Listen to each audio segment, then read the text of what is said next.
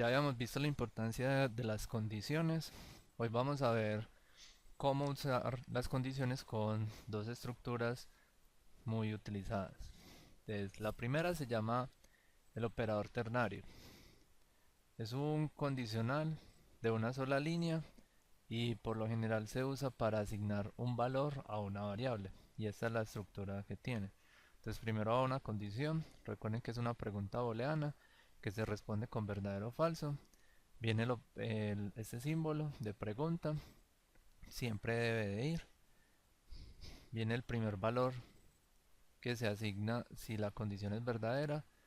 Dos puntos, que es un símbolo también reservado de la estructura.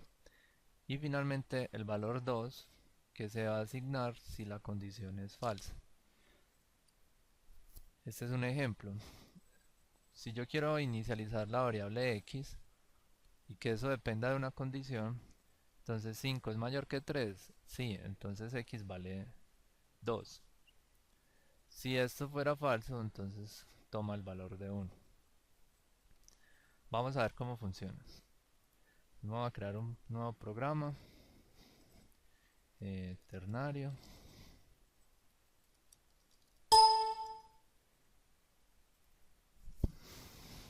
Creamos la plantilla base.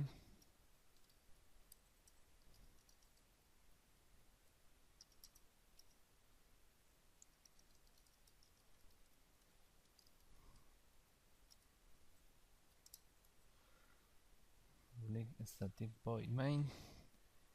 Y aquí entonces utilizamos el ternario. Declaro la variable, inmediatamente pongo 5 es mayor que 3, si sí, 2, si no, 1. Y luego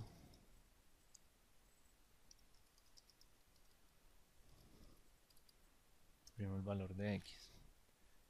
Voy a compilar ternario.java, ejecuto ternario y me da el valor de 2. Entonces, como ven, es muy sencillo, se utiliza para inicializar variables. Luego hay algunas recomendaciones también a medida que vamos avanzando en la programación y utilizando condicionales. Cuando utilicemos estructuras es opcional. Cuando yo tengo una sola acción dentro de la estructura, no poner las llaves, pero esto se recomienda evitarse porque puede ser confuso.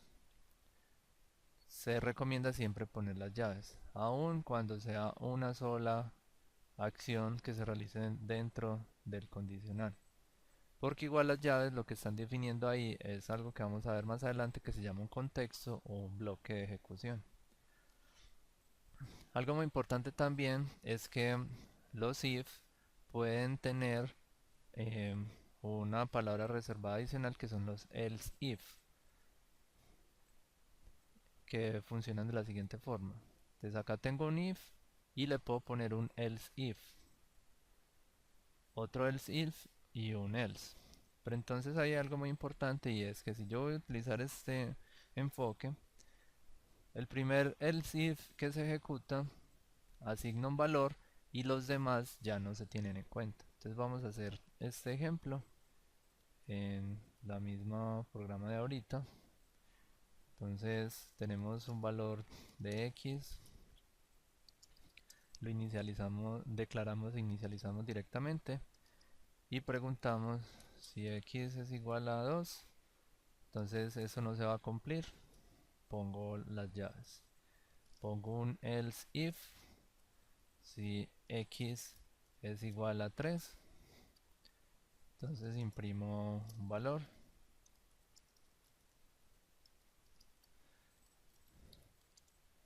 x es 3. Pongo otro else if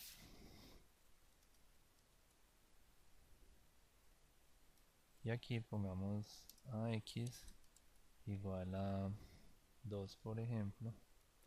Si yo pongo aquí 2, yo esperaría que, como cambie aquí a x a 2, me falta el punto y coma, entonces que también se ejecute este caso. Pero entonces vamos a ver qué pasa.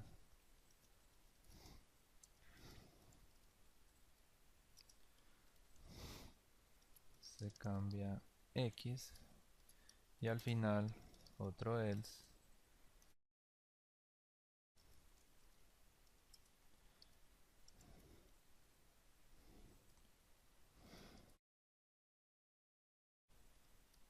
Trato de compilar,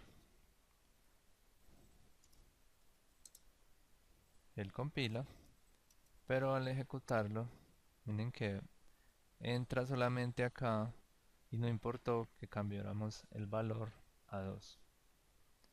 Entonces igual acá, miren que el valor al final queda x igual a 6.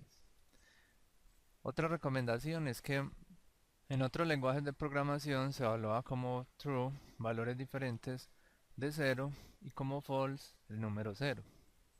Pero en Java eso no pasa. Los únicos valores que se consideran booleanos es el true y el false. Entonces, por ejemplo, si yo comparo 0 y false, no me da ni que es verdadero, ni 1 igual a true. Entonces, miremoslo acá en un ejemplo. Miremoslo acá. If 1 es igual a true,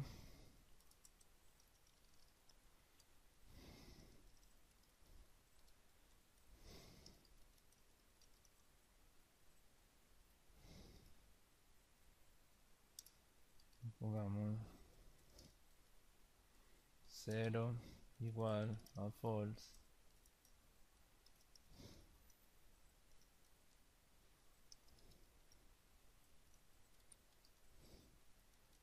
pocos son iguales, o también son iguales. Entonces si ejecutamos, compilamos, miren lo que pasa, que son tipos incompatibles porque uno es un entero y el otro es un booleano. Entonces como ven, tampoco es posible realizar eso. Hay una recomendación también importante y tiene que ver cuando asignamos un valor booleano dentro de una condición. Esto es algo que se debe evitar porque es difícil de encontrar cuando tenemos un error con una situación similar. Porque recuerden que, por ejemplo, si yo voy a asignar un booleano utilizando el operador asignación, esta operación es correcta porque me asigna el valor y luego el condicional va a evaluar un booleano. Y como tengo un booleano, entonces no va a haber problema de compilación. Pero si dentro de la lógica yo considero que esto es una comparación, entonces voy a tener ahí un resultado inesperado. Vamos a probarlo. Entonces acá llego y defino una bandera de tipo booleana que está en falso. Pregunto si la bandera es igual a true, pero recuerden que cuando tengo un solo igual, lo que estoy haciendo es asignando. Entonces acá trato de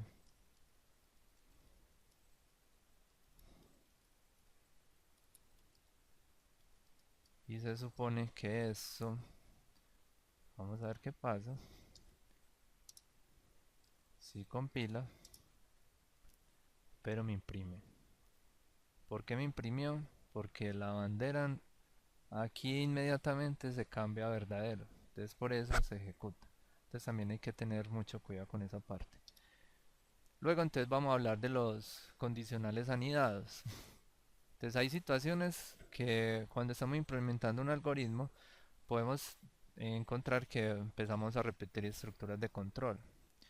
Eso puede pasar cuando se escoge un grupo de opciones limitadas, como vamos a ver acá en este diagrama.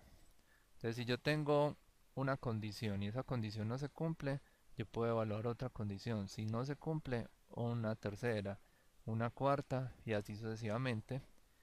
Y puedo también tener una opción por defecto que se ejecute si ninguna de las opciones fue correcta. En programación hay una estructura que funciona de esta forma y se llaman los switch. Entonces, los condicionales anidados permiten verse de esta forma. Entonces yo tengo una variable y esa variable la recibe el switch y la va a evaluar en casos. De los casos van a ser esas acciones que poníamos acá, van a ser las acciones y algo muy importante es que aparecen unas nuevas palabras reservadas que son case, break y default. Entonces vamos a ver qué es cada una de ellas. Break es una palabra reservada que indica a la estructura de programación cuando se debe salir de un bloque de ejecución. Y el uso dentro del switch es opcional. Mientras que el default es también una palabra reservada que indica al switch cuál es el caso que debe ejecutar si la opción no es igual a ninguno de los casos declarados explícitamente. Es decir, si yo estoy acá y ninguna de las opciones se cumple con ser verdaderas, entonces ejecuto una opción por defecto. Eso es lo que hace el default. Pero tampoco es obligatoria usarla dentro de un switch. Y además puede ir en cualquier parte, no solamente al final.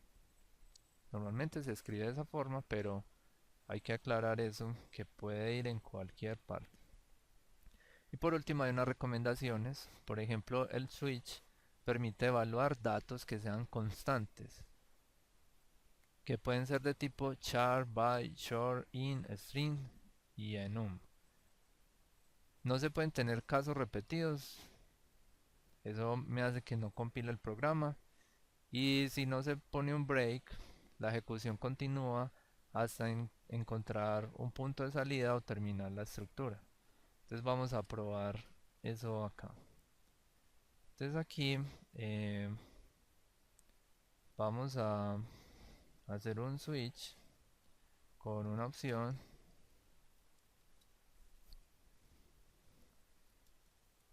Escribo el switch. Vamos a poner la opción 1, el caso 1. Imprimamos hola.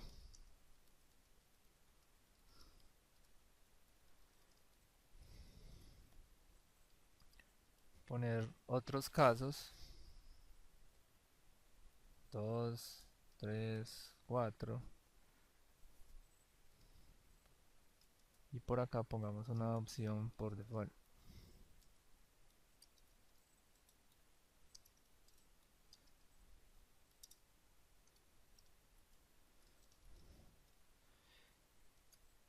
Entonces, como en ninguno de los casos equivale el caso 5, el switch va a entrar aquí y como no tengo breaks, entonces va a imprimir prueba hola hola. Vamos a ver. Miren, prueba hola hola. Si yo pongo acá un break, entonces cuando compilo y ejecuto, entonces solamente me imprime prueba. Pero si yo, por ejemplo, pongo el case 5 acá,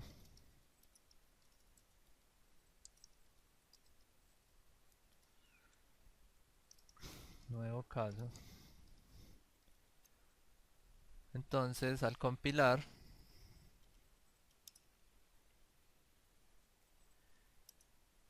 imprime nuevo caso, hola, hola, prueba y termina. O si imprimo, si yo cambio el valor a 4 aquí, imprimo nuevamente, compilo para imprimir nuevamente, entonces solamente se ejecuta una vez. Entonces como ven, la estructura switch es muy versátil, nos ayuda a organizar el programa y a reducir líneas de código.